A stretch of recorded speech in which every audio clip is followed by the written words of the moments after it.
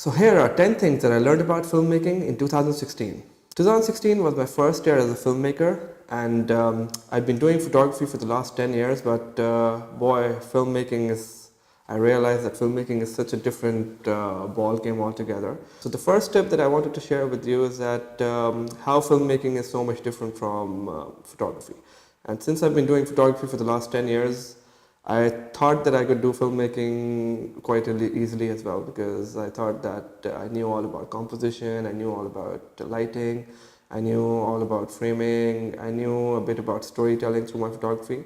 But the biggest thing that I realized about filmmaking is the power of storytelling is leaps and bounds beyond what photography can actually do. And the reason is that it's multi-sensory.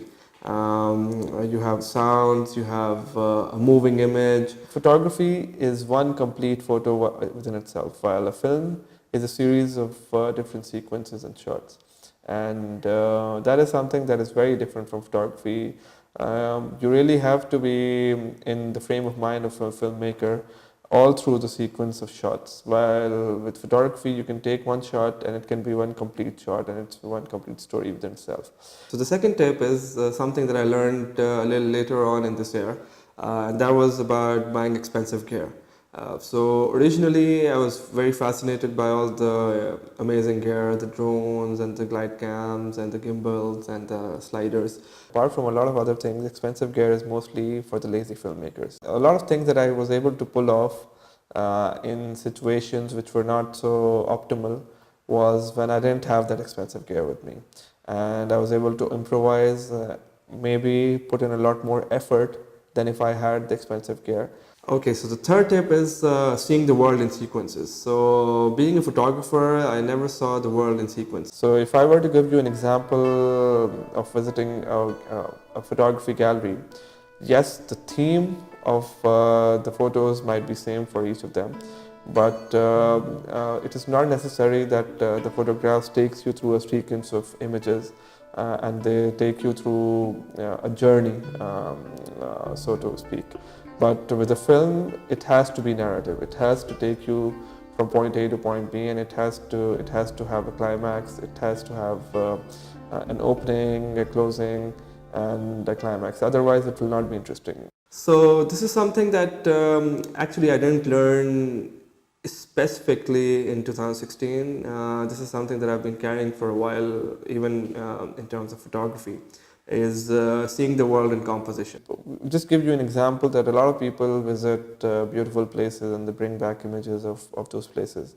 And when they look at the pictures that they took while versus the pictures taken by a professional photographer, they see a real difference. Even though the location is same, even though it's the same place, it's just how the photographer has composed and framed the image which makes a difference. The type of light, the time of day that they chose to take the photo, the angles, the composition, everything. This is something that probably overlaps with photography a little bit, but in filmmaking you have many more tools where you can actually cheating the audience. They are not in the location. I used to be a brand manager of a telecom company for about 6 years. And I've been to a lot of shoots of my commercials, and I've seen how the commercial ends up looking so much different from what the environment it was being shot in. So as a filmmaker, you'd soon realize that it's not really about the location or the place, it's about how you want to portray that location, how you want to show that story being unraveled. And it's not about what is actually really happening. So you're actually really cheating the audience. Second point about how you actually want to make your audience feel is about music and sound design. So the music is able to change how the audience feels about the visuals also. So the visuals might be same, but just the music, having a different music will have a completely different effect on the audience. And the third point that I like to make about taking your audience from one place to the other and really treating your audience is about through editing. So through editing, I've been able to change the sequencing of the story. and the audience has not realized it that I've shot this outer sequence. So initially when I came to the world of film, I thought that since filmmaking is about movement, I have to move the camera a lot. In my initial films, the films that I made early on in the year, I realized that there was way too much movement in my films, especially camera movement.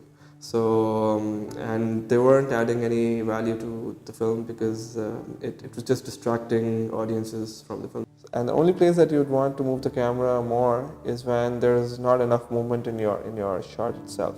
And even then, the movements need to be subtle. Something that I learned from Brandon Lee was the concept of narrative montage, and basically it's a series of images sequenced together, but there's a certain, within each sequence there is a story to be told. So coming from the world of photography, I realized that continuous lights are so much easier to set up than flashes or strobes. So when I started in the world of filmmaking, I bought some continuous LED lights. And they were so much simpler to set up because I could actually see where the light was falling, how much intensity I required. And the last tip that I'd like to share is something that I also learned from Story and Heart's seminars about solo filmmaking, and that is that as a solo filmmaker, you need to keep your expectations right. I was foolish enough in the beginning to buy a lot of expensive gear, to carry along all of those expensive gear with me all the time to every kind of shoot. And all through those times, I never had the time or the energy to actually be able to use all of that gear. And in the beginning, it added a lot of stress that I had brought along a lot of gear with me which I was not able to use. So these were 10 things that I learned about filmmaking in 2016. My name is Tamseer Alvi, and I'll see you next time.